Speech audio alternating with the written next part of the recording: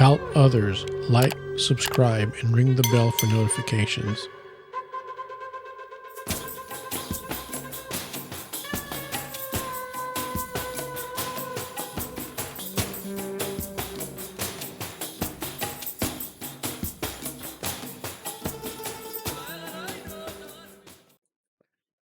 Shalom, my name is Joseph Shulam.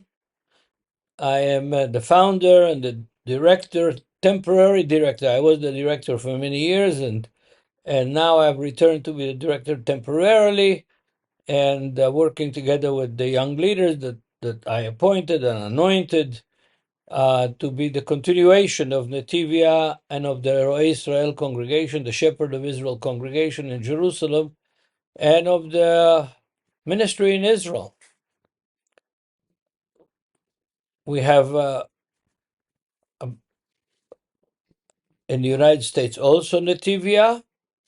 It is now Netivyah International, and it deals with the international aspects of our ministry, and of course gives logistical support and financial support to Netivyah in Israel.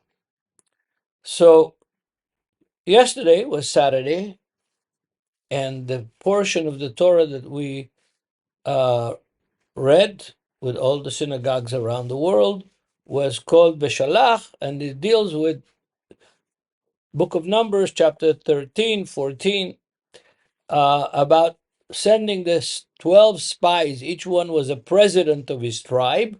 The 12 spies were sent by Moses, by the order of God, to spy out the land, to spy different aspects of the land, because the command came more than once in the text. And one is to spy out the agri. Is the land good? Is it agricultural? The fruit and the vegetation and all of this. The other aspect was the military aspect. Are the cities fortified? The communities with defensive, wall defensives, and other military strategic information. They go, they spend time in the land from north to south. They bring a report, and 10 of the spies that went came back with a very negative, hopeless attitude.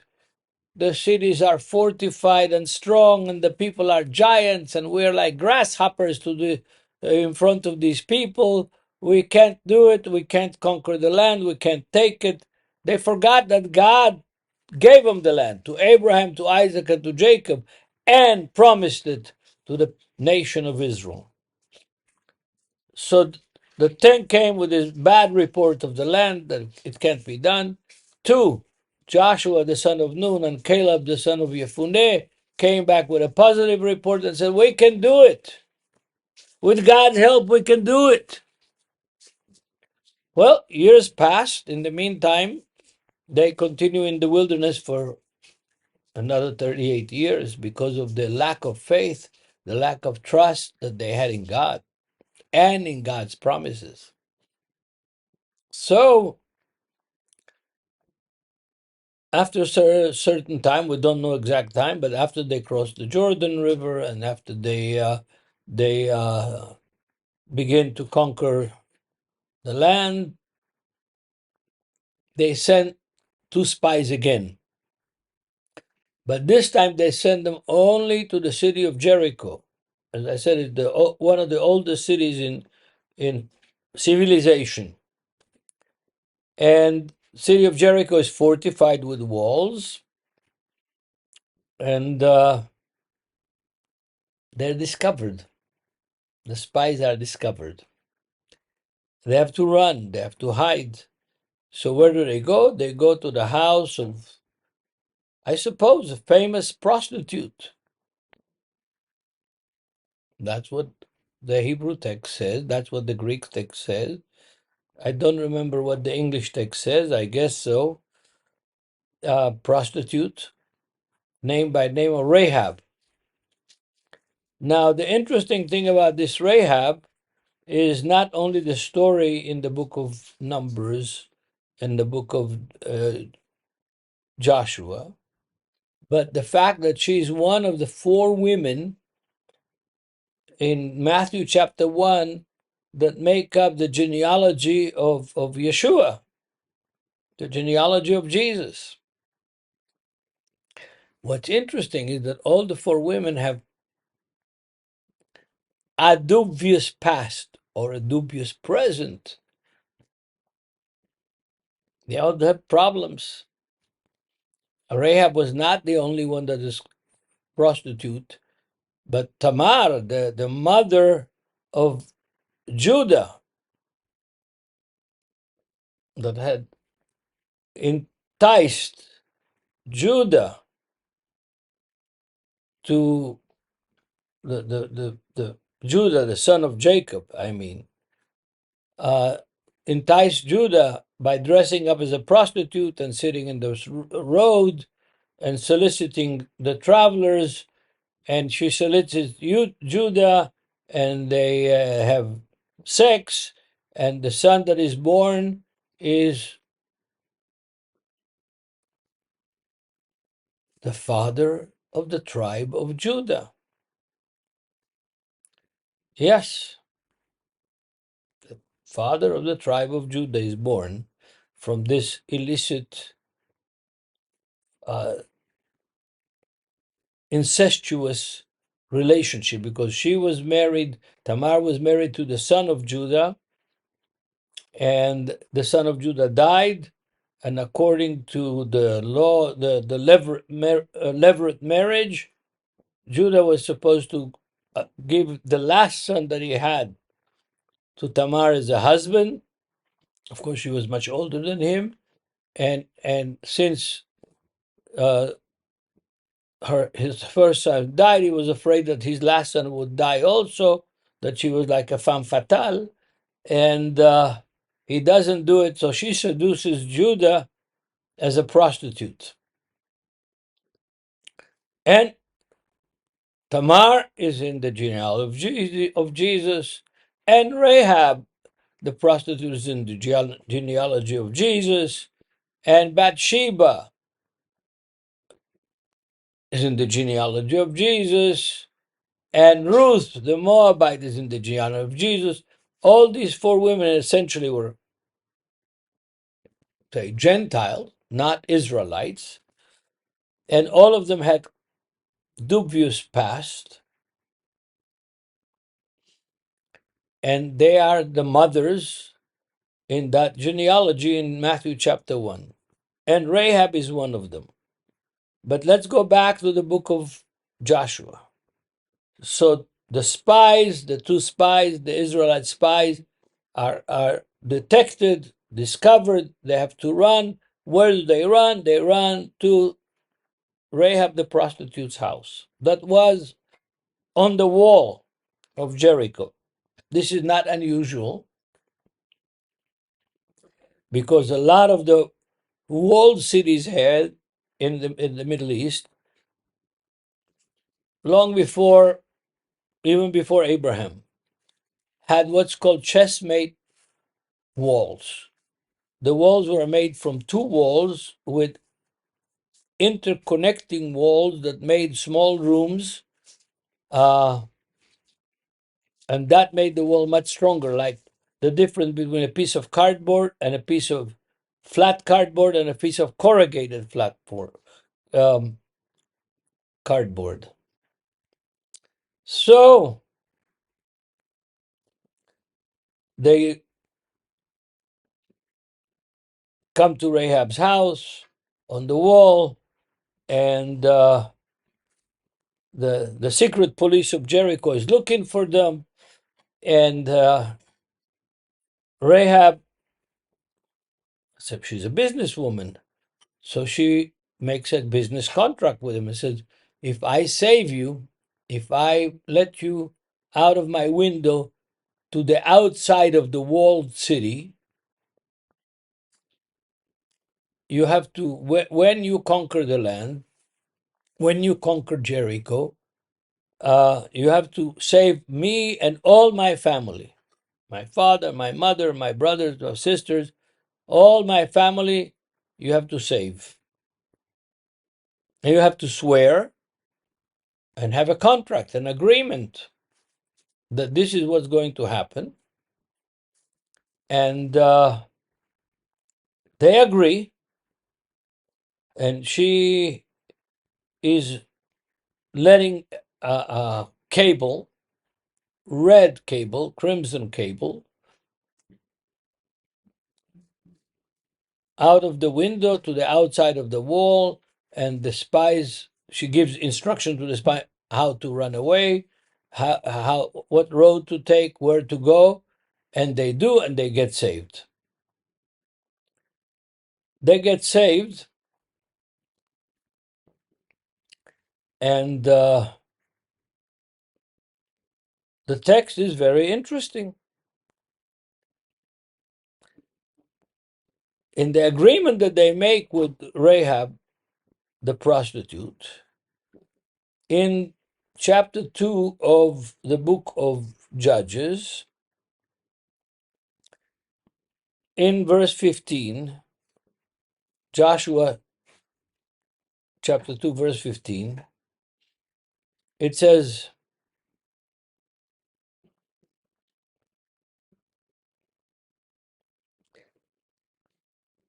that, well, I'll read from Joshua chapter 2, the agreement that the two spies, the Israelite spies, make with Rahab. So the man said to her, "We will be blameless of this oath of yours, which you have made us swear, unless when we come into the land, you bind this line of scarlet cord in the window through which you let us down.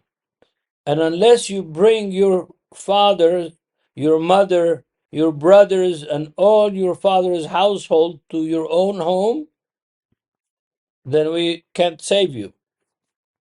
That's part of the agreement. Now we hear this, the text says that she has a line, a cord of scarlet color, material. Now, the problem with this translation is this. We have set in this text several different words for cord. Every time that it's mentioned, you have the word that is translated line, yeah, and the word that is translated cord. One is hevel, and the other one is chut. Chut they have different kinds of chut. You have a chut that you sew with, sewing thread, but here is the word chut means a cord. Yeah, there's a hevel, which means a rope, and chut means a cord. So there's two words in this text that describe the cord. But the problem is that that's not what the Hebrew word says. The Hebrew word has another word, the word tikva, which means hope, not rope, but hope. And the text reads the hope, not the rope.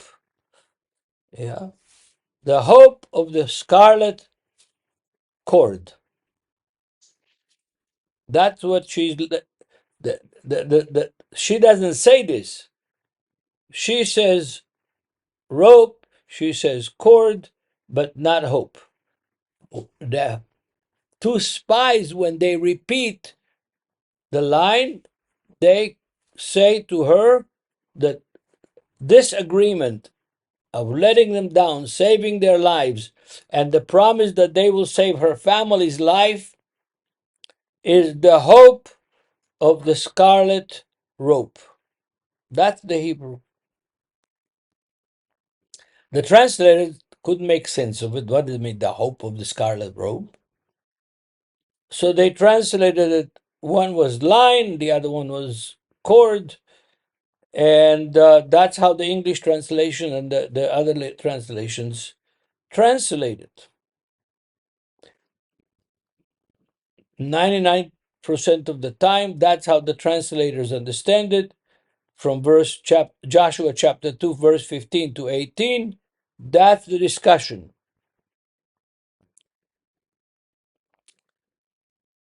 But it bothered me.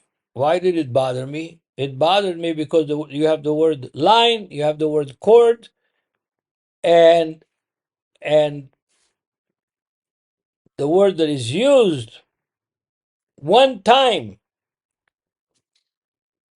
tikva, hope, the word for hope, is translated by the translators also rope or cord or line, scarlet line, scarlet hope, scarlet. Well, it didn't make sense. It didn't make sense. The hope of the scarlet thread, or the scarlet rope, or the scarlet cable. The hope of the scarlet cable. The one that you used when you let us down out of the window to the outside of the wall. You hang that one in your window, and your house and your family will be protected, will not be destroyed when we conquer Jericho. It bothered me enough to say, what could that mean? What does it mean, the hope of the scarlet rope?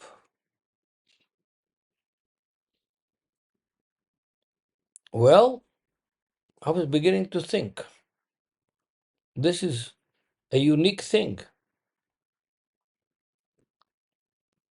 The hope of the scarlet rope. Well, for Rahab, the hope of the salvation of her family from the war, from the collapse of the walls of Jericho, is that rope, that scarlet rope. That was the hope for the salvation of this Gentile family with a daughter that is with a reputation. The hope of her salvation was that she did a big favor to these two Israelites that came to spy the city of Jericho. So I was thinking about this. I was thinking about it, that this woman ends up in the New Testament as the ancestor of King David and the ancestor of Yeshua himself. She's a part of the genealogy of Yeshua in Matthew chapter 1.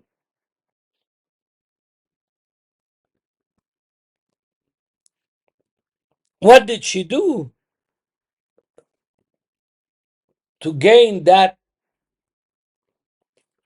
positive notoriety? Well, she saved two Jews. That's what she did. No, Israelites, let's say. Not Jews, Israelites. She saved two Israelites that were spying the land, spying the city of Jericho, its defenses, its capabilities, and its weak points and strong points. That's what she did. That's very important. And especially today, it's very important. Where since the beginning of this year,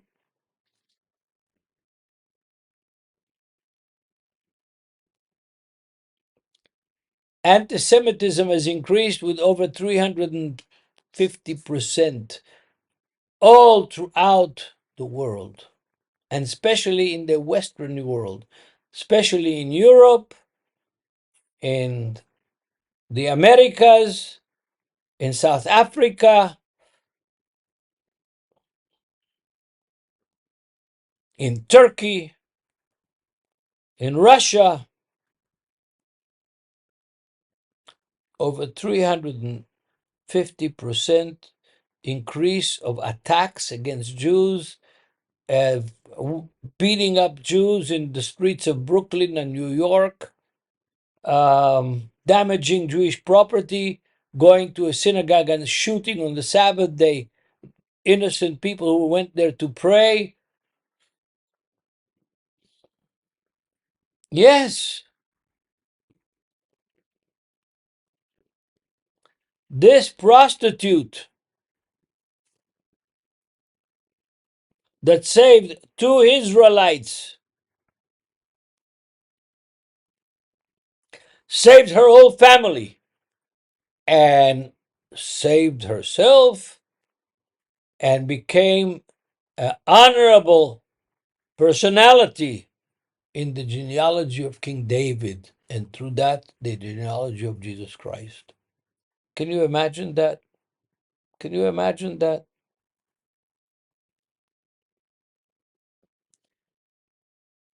I hope all of you take this seriously.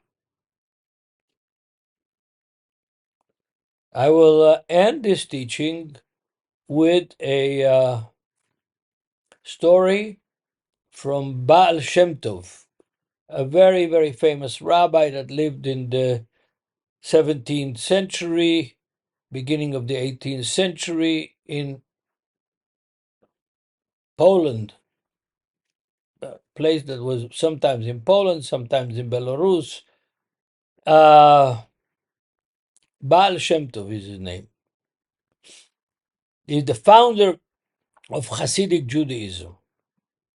His disciples, each one started his own Hasidic court, not in the sense of courthouse, but court, people who are following one of his disciples. When he died, each disciple started his own kind of sub-denomination within Orthodox Judaism. There is 80 of them today, Hasidic groups. So this Baal Shem Tov, on the summer days in Poland,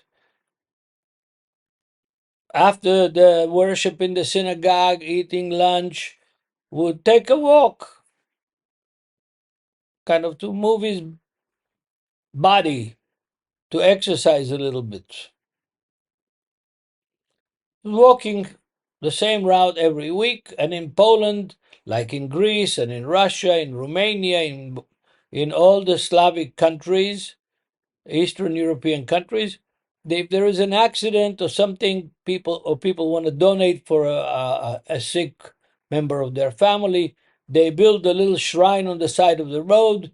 In the shrine, there is little house-shaped box on top, or some kind of box on top. Inside there is candles and matches and an icon of Jesus and an icon of Mary.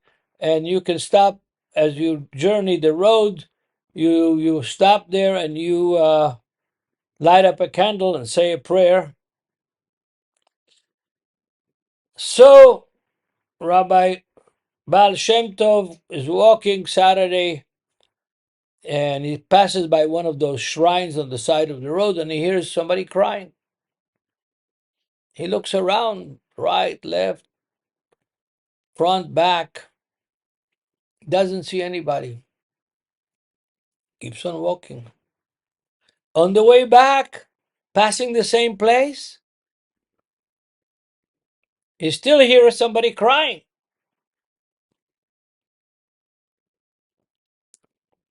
He said, "This is impossible. I have to find who's crying." So he looks around, and not far from the shrine, sitting on the ground, crying, dirty, shoeless Jew, crying. And he says, Jewish brother, what's the problem? Why are you crying? The poor guy with the poor clothing, with the poor hygiene, without shoes, says, I'm crying because my disciples are persecuting my brothers.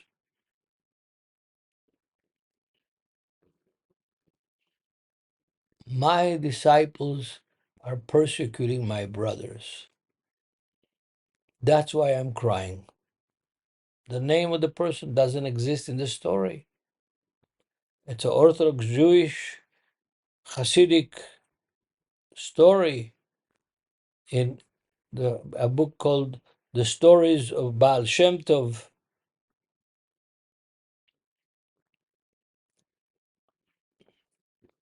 My disciples are persecuting my brothers. That's what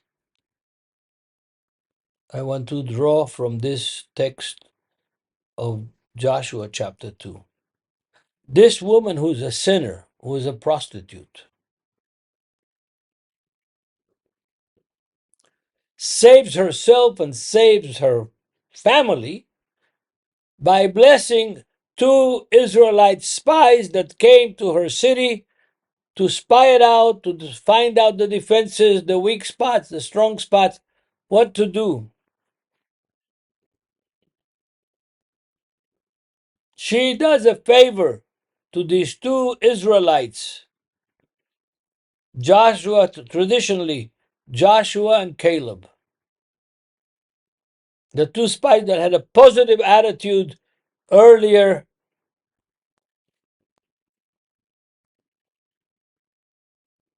when 10 of the spies were negative and faithless and hopeless. These two spies, Joshua and Caleb, were positive, with faith, believing in God, believing that God is going to save them. That's the thing. So you, my friends and brothers around the world, remember,